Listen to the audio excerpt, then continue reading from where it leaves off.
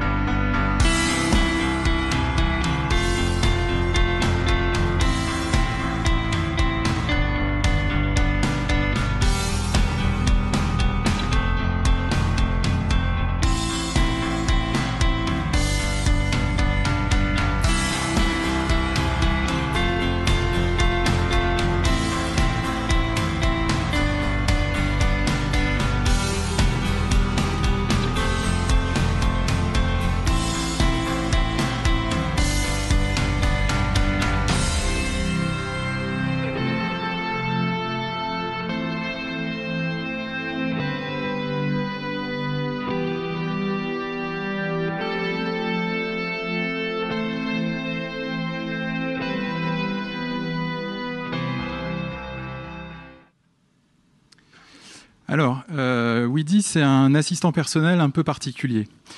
Jusqu'à aujourd'hui, et encore aujourd'hui, on a des assistants personnels qu'on connaît, qui sont sur nos mobiles, qui sont avec Google, qui sont avec Apple, qui sont avec Microsoft. Nous, on a décidé de voir les choses différemment, parce qu'ils sont très très gros et très puissants. Et on s'est dit, parce qu'on est français, on va essayer de faire autre chose. Alors, on a essayé de faire autre chose et on l'a fait. On a créé l'hybride. Donc l'hybride, c'est en fait deux choses. C'est à la fois une intelligence artificielle hors du commun, c'est-à-dire qu'elle peut dialoguer humainement avec vous. Vous pouvez lui demander de réserver un taxi, de réserver un restaurant, de réserver un hôtel, de comment ça va, etc. Vous pouvez discuter et il va dialoguer. Ça ne va pas être juste un ordre, une réponse. Ça va être un dialogue humain. Et vous discutez comme vous le souhaitez. Et puis, on a combiné, pourquoi l'hybride? Parce qu'on a combiné avec des vrais assistants personnels.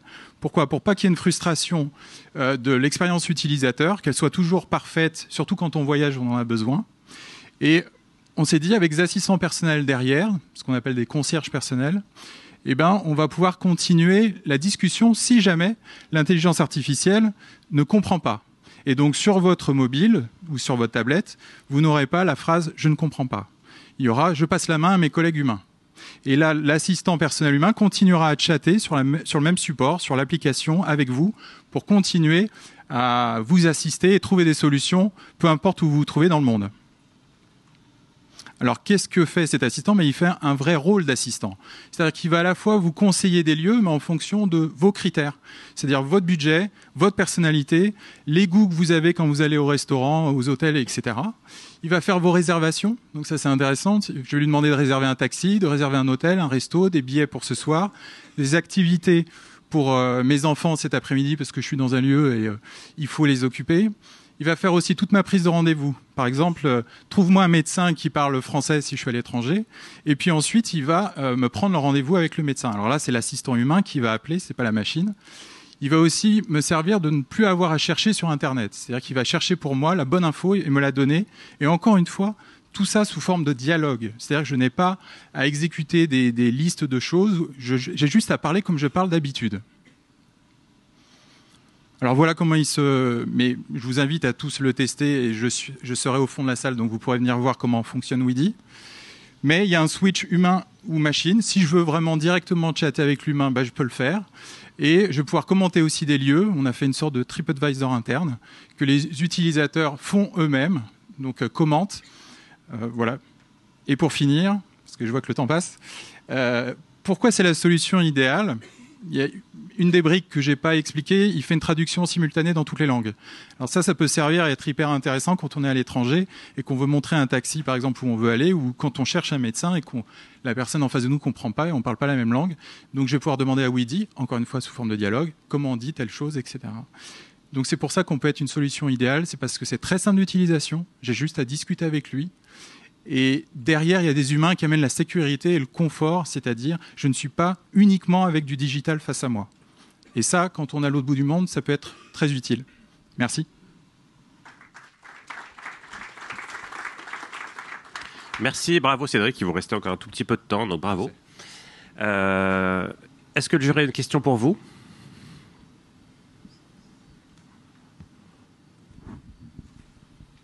Je crois que oui. De mémoire, c'est un modèle d'abonnement. On s'abonne au service, hein, c'est ça ? Alors, on est en B2B2C. C'est-à-dire qu'on a une solution pour les grands groupes, pour les compagnies aériennes, ferroviaires, les chaînes d'hôtels, etc.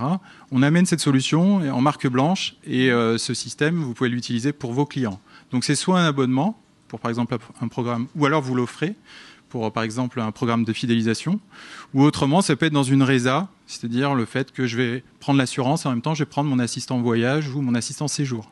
Parce qu'on assiste déjà des touristes dans certaines villes et on est déjà en pilote avec certaines structures. D'ailleurs, il y en a une ici présente. Donc voilà,